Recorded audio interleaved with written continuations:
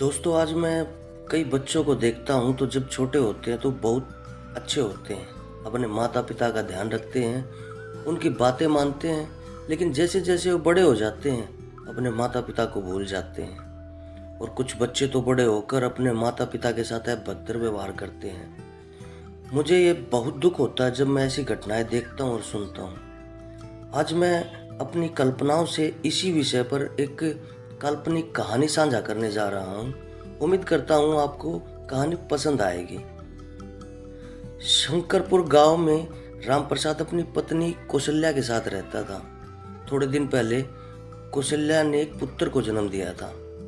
इसलिए घर में खुशहाली का माहौल था। थोड़े दिन बाद बच्चे का नामकरण हुआ। बच्चे का नाम बहुत ही प्यारा दिया गया, सुनील। रामप्रसाद ने पूरा दिन खेती बाड़ी में व्यस्त रहते थे, लेकिन शाम को जब घर आते थे सुनील को देखकर उनके चेहरे पर रौनक आ जाती थी। रामप्रसाद और कौशल्या सुनील के साथ खेलते और उनके साथ मस्ती करते, सुनील की हर एक बात का ध्यान रखते।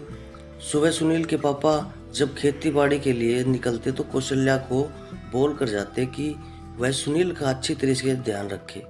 कौशल्या पूरा दिन सुनील को संभालती, साथ में खाना करती और घर की भी देखभाल करती। कौशल्या सुनील की सारी शरारतों को झेलती। धीरे धीरे सुनील बड़ा होता गया।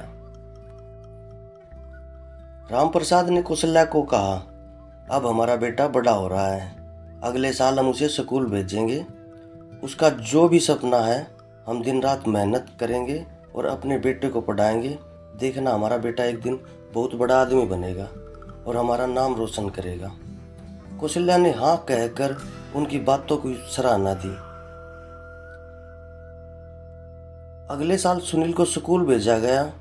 कुछ दिनों में ही सुनील के शिक्षक ने समझ लिया कि सुनील पढ़ने में बहुत रुचि रखता है। सुनील स्कूल के घर आने के बाद सभी बच्चों की तरह खेलने जाता, फिर घर आकर पढ़ाई में ध्यान देता।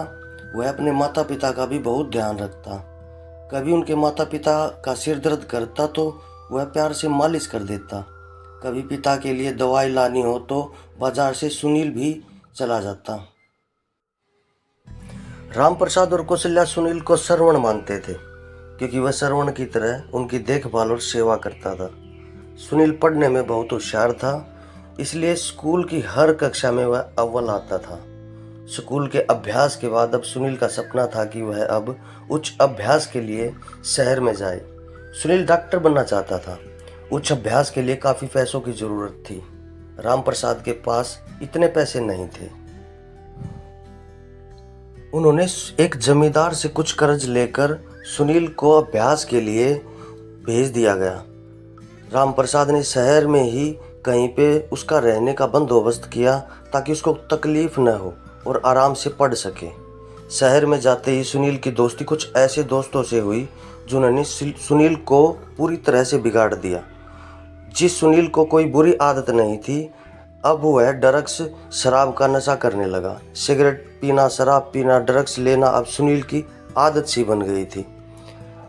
अब वह कुछ इतना बिगड़ चुका था कि अपने संस्कार भूल गया था। एक दिन वह काफ़ी महीनों के बाद अपने घर आया। रामप्रसाद और कौशल्या उसको देखकर बहुत खुश हुए और दोनों ने उसको गले लगाया। सुनील के पास पहुंचकर कौशल्या ने महसूस किया कि सुनील ने शराब पी है।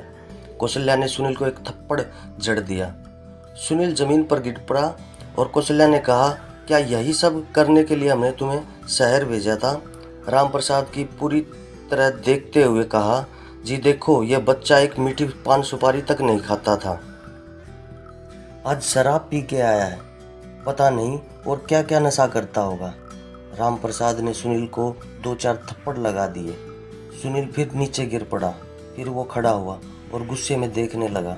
रामप्रसाद ने कहा, देखो तो, इसकी नज़रों में कोई शर्म नहीं, कोई संस्कार नहीं, कोई पछतावा है ही नहीं। देखो तो कैसे देख रहा है। सुनील ने कहा, हाँ, पी है मैंने शराब। तो क्या हुआ? सारे नशे करता हूँ मैं, तम्बाकू, सिगरेट, ड्रग्स, शराब, सब। क्या गलत किया मैंने? और मैं आपको एक बात बता दूं, अब मैं कोई पढ़ाई नहीं करूंगा, मेरा मन नहीं है। आपके पास जो ज़मीन है, धन दौलत है, वो आप मेरे लिए बचा के रखी है। बस अब आराम से जिंदगी जिएंगे, यह कहकर वह अपने कमरे में चला गया। और सुबह उठते ही उसने अपने वकील को बुलाया और राम प्रसाद के जबरदस्ती हस्ताक्षर लिए और सारी जमीन अपने नाम कर ली। राम प्रसाद ने उसको रोकने की कोशिश भी की, लेकिन सुनील ने अपने पिता को कहा, बूढ़े पूरी जिंदगी तो ऐश किया है, अब थोड़ा ऐशो आराम से हमें भी जीने दो। अभी वैसे भी आप बूढ़े हो चुके हो, ईश्वर का बुलावा कभी भी आ सकता है। क्या ये ज़मीन आप ऊपर लेके जाओगे? मेरी मानो, 2 रोटी खाओ पर भूखे भजन करो। अब आपकी ज़मीन और माँ के गहने बेचकर मैं अमीर बन जाऊंगा। राम प्रसाद ने भी उसको लकड़ी से मारने की कोशिश की, लेकिन सुनील ने लकड़ी पकड़कर दोनों को लकड़ी से मारकर धक्के मारे और घर से बाहर निकाल दिया। फिर उन्होंने सारी ज़मीन गहने सब बेच दिए और एक लड़की से शादी कर ली। लड़की भी उसकी ही तरह क्रूर और अत्याचारी थी। राम प्रसाद ने कुछ दिनों के बाद एक बार फिर घर जाने का निर्णय लिया, लेकिन सुनील और उसकी पत्नी सविता ने उसको धक्के मारकर घर से बाहर निकाल दिया और कहा, अगली बार अगर इस घर में आने की हिम्मत भी की तो हमसे बुरा कोई नहीं होगा।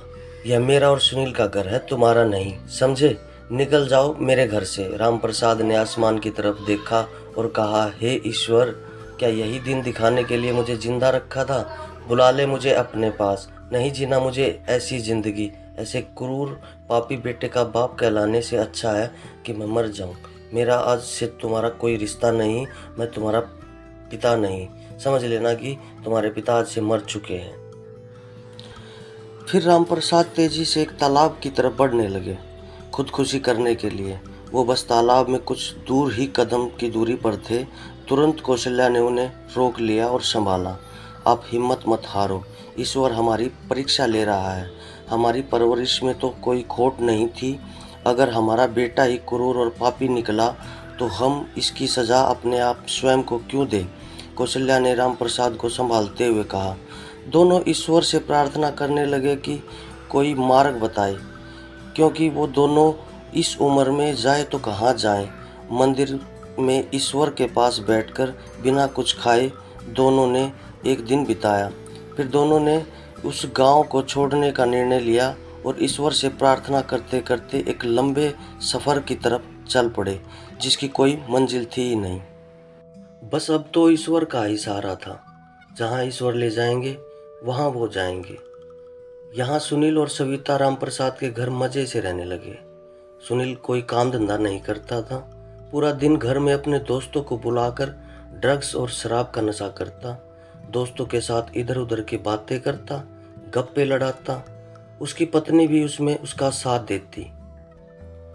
दोस्तों, कैसा लगा आपको यह भाग? ऐसे क्रूर और पापी बेटे की क्रूरता देखकर मेरी तरह भी आपकी आंखों में आंसू आ गए होंगे और गुस्सा भी बहुत आया होगा। अब सोचिए राम प्रसाद और कौशल्या का क्या होगा? कौन बनेगा उनका मसीहा? दोस्तों, अगर आपको कहानी अच्छी लगी है तो लाइक कर दें और कमेंट करके बताएं आपको कैसी लगी। अगर आप हमारे चैनल पर नए हैं तो हमारे चैनल को सब्सक्राइब कर दें, बेल आइकन को दबाकर नोटिफिकेशन ऑल पर कर दें। यह बिल्कुल फ्री है। दोस्तों, मिलते हैं इसी कहानी के अगले भाग में। तब तक के लिए जय हिंद, वंदे मातरम।